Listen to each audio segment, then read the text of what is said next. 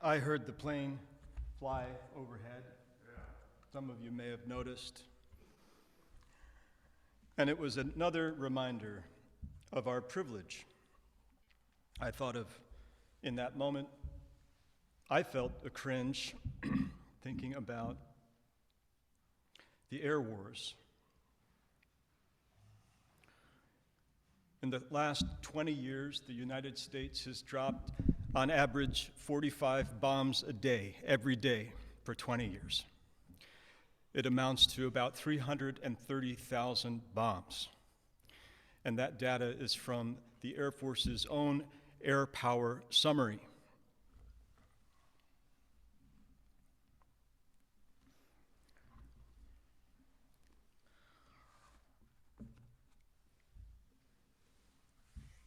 I'd like to speak about the moment and the theme, Back from the Brink. And I'd like to use a framework for exploring this present moment known as practical theology. Practical theology is a field of inquiry that has four questions. The first is, what's going on? It's called the descriptive task. The second is, why is it going on? The interpretive task. The third is, what ought to be going on? The normative task. And the fourth is, what do we do? And that's the pragmatic task. And that's what makes it practical theology, because it's a way of inquiring into the present moment in order to arrive at guidance, insight for daily living. It's practical. It's applicable.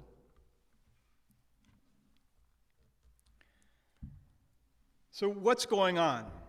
And I'm in a bit of a haze myself. I've been immersed in current events, spending time reading the news from many sources. I know what's going on in me is a sense of fright, of disgust, guilt, anxiety. I felt it so intensely this past week that I couldn't even go to work on Thursday. I actually went in and then went home. I had such an intense headache. That was what was going on in me, this kind of emotional turmoil, this sense of crisis, and the dilemma, ethical, moral dilemma of the moment.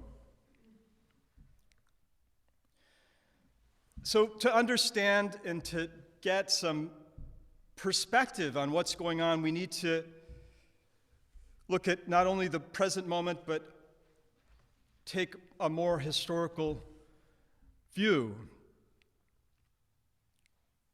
But since we last met, and that was in November, we have marked in January 22nd, the first anniversary of the Treaty on the Prohibition of Nuclear Weapons. Landmark treaty. It prohibits the development, the testing, the production, the acquisition, the possession, the stockpiling, even the threatening to use nuclear weapons. It prohibits the deployment of nuclear weapons outside of one's national territory. It is a comprehensive step towards a world without nuclear weapons. It's something to celebrate. Also, since we last met, the Bulletin of Atomic Scientists announced the hands of their doomsday clock are closer to midnight than they have been at any other time since they began measuring our proximity to nuclear catastrophe 75 years ago. We are, as they say, at doom's doorstep, 100 seconds to midnight. That was also in January. Now, I find hope in the fact that 59 out of the 197 nation states have ratified the treaty to prohibit nuclear weapons. 50 were required to enter into force. And our denomination is on board, it would seem, with the aims of the treaty. Our theological grounding for the abolition of nuclear weapons is stated unequivocally in the 2010 Creating Peace Statement of Conscience. We support international efforts to curtail the vast world trade in armaments and call for nuclear disarmament and abolition of other weapons of mass destruction. That's a quote from our own Statement of Conscience, passed at our General Assembly in 2010.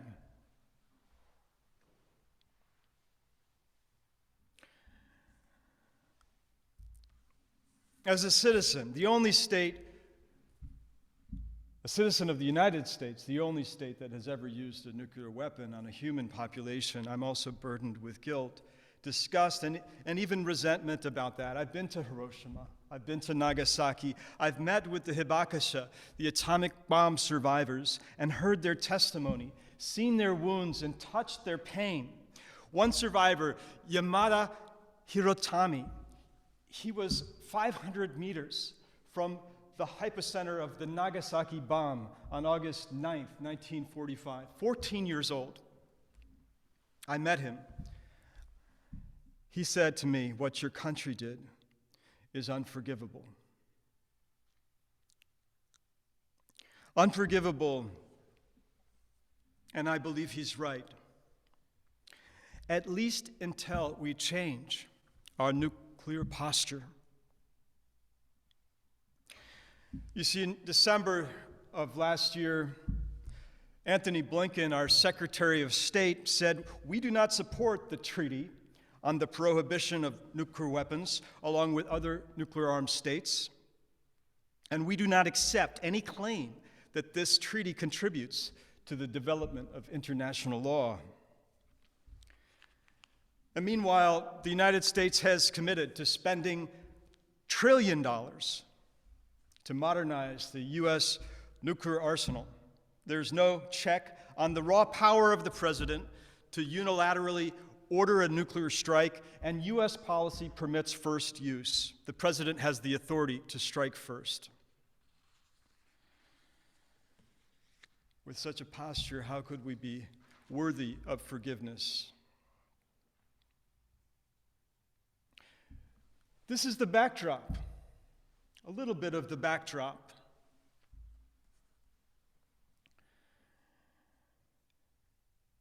Now, I'm drawing from a few sources this morning. One is Daryl Kimball, who's the executive director of the Arms Control Association.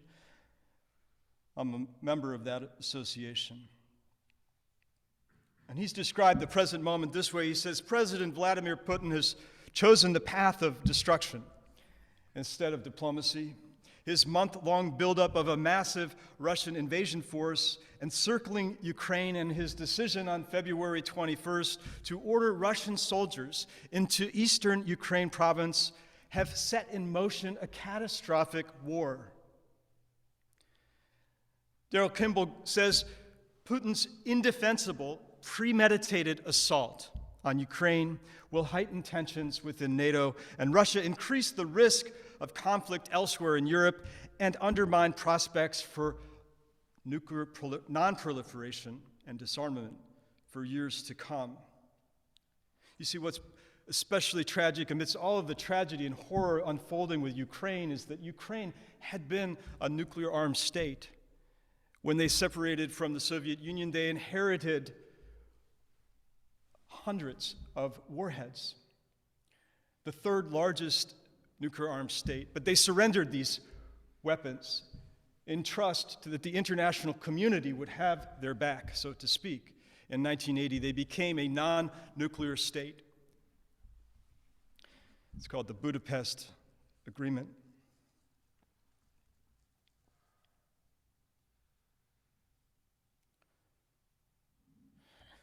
So this is what I'm talking about when I say we're at the brink.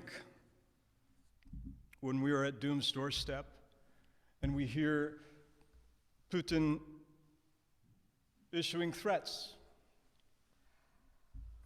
escalating his nuclear forces to combat readiness. And at doom's doorstep, we would do well to peer across that threshold just for a moment and think about the unthinkable. The unthinkable. Soviet Union, Russia now has 1,500 nuclear warheads. We have about 1,300 deployable warheads.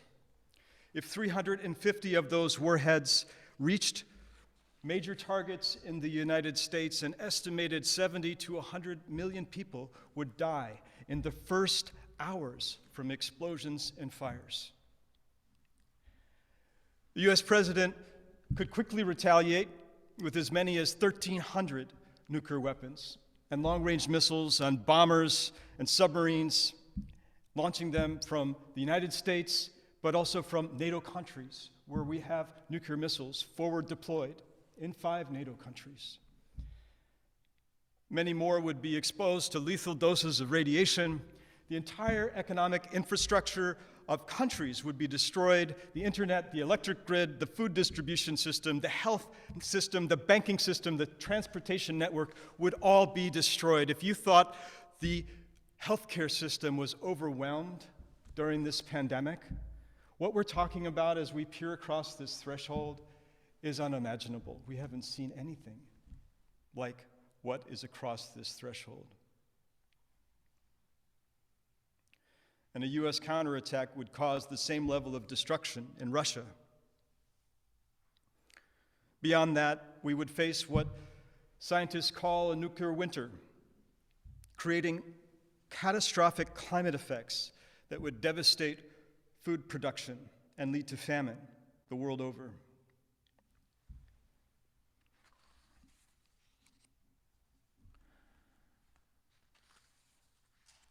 This is what could be going on.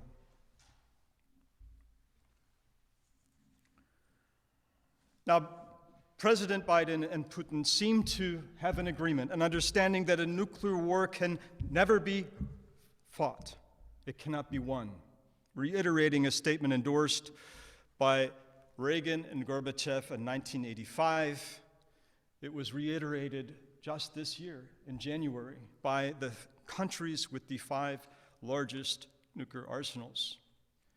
It is a cause for hope.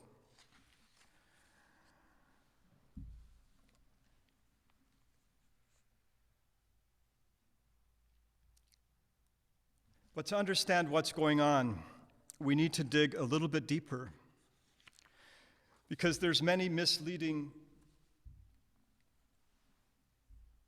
stories, narratives, including in the sources we turn to, many of us, like the New York Times, which wrote just this past week, their editorial board, calling Ukraine an unprovoked attack. That's misleading. And part of the work of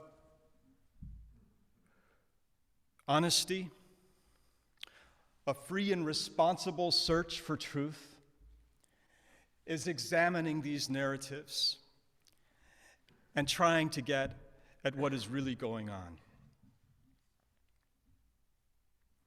And this is where some interpretation, the interpretive task. Why is this going on? Why is this invasion, what Putin would call a special military operation, why is this going on? This is where we move into interpretation. And I found some clarity in the writings of Andrew Bacevich, military historian, now president of the Quincy Institute for Responsible Statecraft, writing in the Boston Globe just about a week ago, saying that the United States cannot absolve itself of responsibility for Putin's invasion.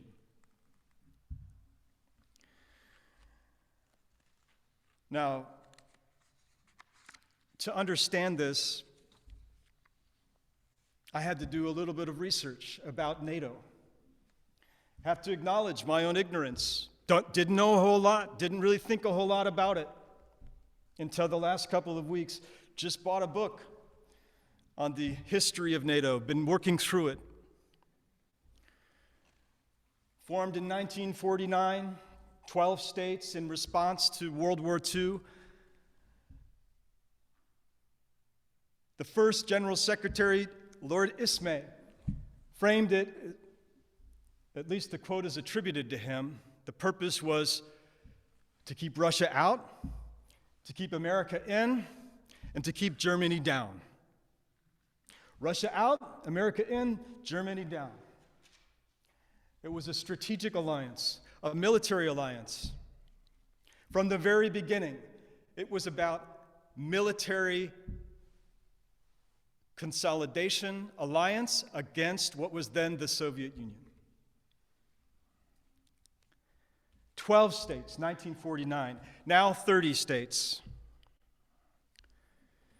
On at least a dozen occasions, documented in historical records, leaders of NATO states made promises to leaders in the Soviet Union that NATO would not pursue expansion eastward. Of the 15 states that had been part of the original Soviet Union, now 8 of them have joined NATO.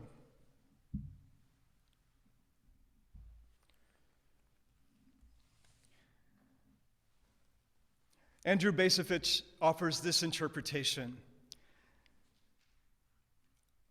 Responsibility, the failure of U.S. policy, lies in hypocrisy, he says, and overreach. It's what we might call delusions of empire, imperial overstretch, a commitment by the leaders of this country, the United States, towards military supremacy and global dominance. There's even doctrine in the United States military called full spectrum dominance: air, sea, space, land. And NATO alliances and the expanding alliance of NATO play into this strategic power play towards full spectrum dominance. Military, not security, not defense, not what's necessary, but military supremacy. This is the American empire. And Ukraine is one of the consequences. What we're seeing is one of the consequences of hypocrisy and overreach by the U.S. empire. This is an interpretation. You may not agree with this interpretation, but this is what makes the most sense to me in this moment. I'm not absolving Putin of any responsibility for what is inexcusable, a crime, a violation of everything we stand for in terms of freedom and the inherent worth and dignity and democratic process. What I am saying as we interpret the current moment is that we not fall into the trap of moral dualism, of projecting a monster, a madman, over there in the Kremlin, assuming our own innocence. That kind of moral dualism is not consistent with who we are as a religious community. Instead, a peacemaker strives to understand both points of view, multiple points of view, and to do the work of honest self-examination and moral reckoning. And that's the process I find myself in now, in this moment.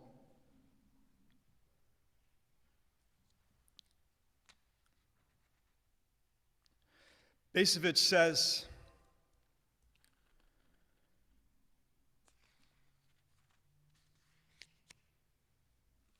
the argument made by several recent administrations that NATO expansion does not pose a threat to Russian security doesn't pass the sniff test. He reminds us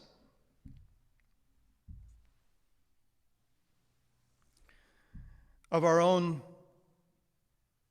expansion, invasion.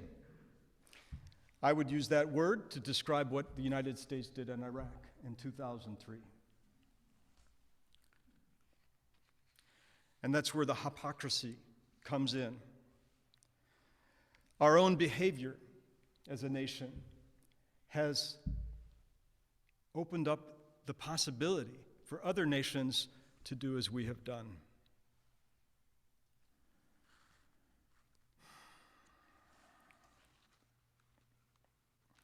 The Council of Foreign Relations,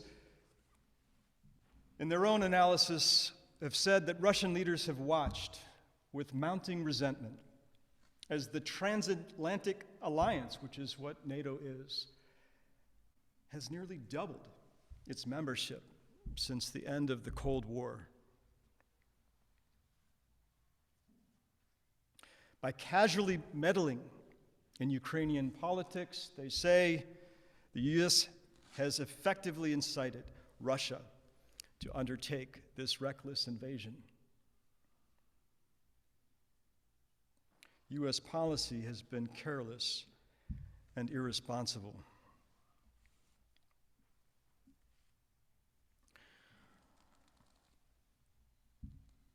So what ought we do?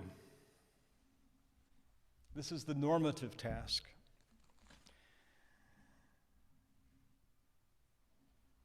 Well, there's all kinds of ideas out there.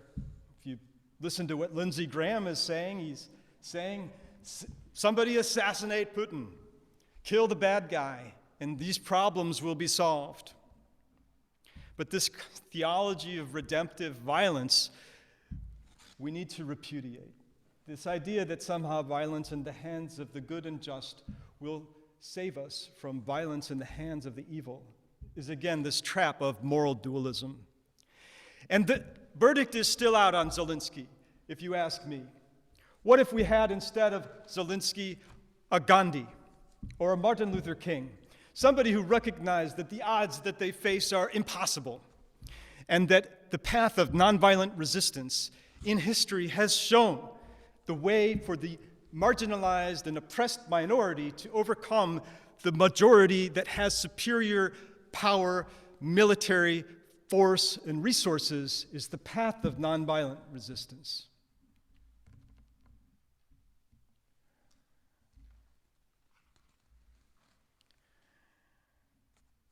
So what ought we do? There are requests from Zelensky himself that NATO declare a no-fly zone over Ukraine. Ought we support that request? There are requests from congressmen and representatives in the United States that we do that. It would be an escalation. Ought we do that? Absolutely not, in my opinion. In my opinion, the path of de-escalation and appeasement, I will use the word appeasement, concessions, and Basevich argues for that as well. He points to Cuba, the Cuban Missile Crisis, and what spared us at that moment was appeasement, was the backdoor dealings of John F. Kennedy with Khrushchev, the agreement to take certain missiles out of Turkey, and that de-escalated what could have been a catastrophic war. There's a lot out there about toughness, a lot of pressure on the U.S. administration, President Biden, to be tough. But this moment doesn't call for toughness. It calls for compassion, insight, humility, de-escalation, appeasement. After all, Russia had offered to negotiate with the United States and with NATO prior to the invasion. But there were certain non-negotiables.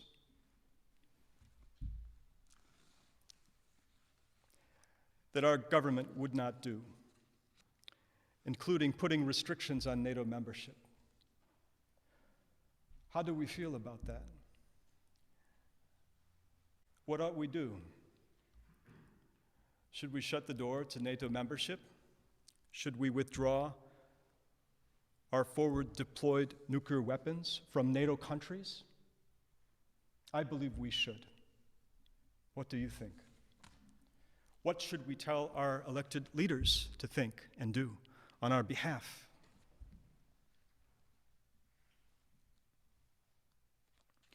Weapons are flooding into Ukraine. Is that what we should do? It's part of what's going on. Millions of dollars of weapons. So much so that Lockheed Martin's stock went up 5 points, higher than it's been in a decade. The military-industrial complex is gleefully celebrating, just as the decrease of war in Afghanistan and Iraq is coming to be. The drumbeats of war are again motivating nations to purchase arms, to take up arms, to use arms. Is this what we ought to do? God help us. No.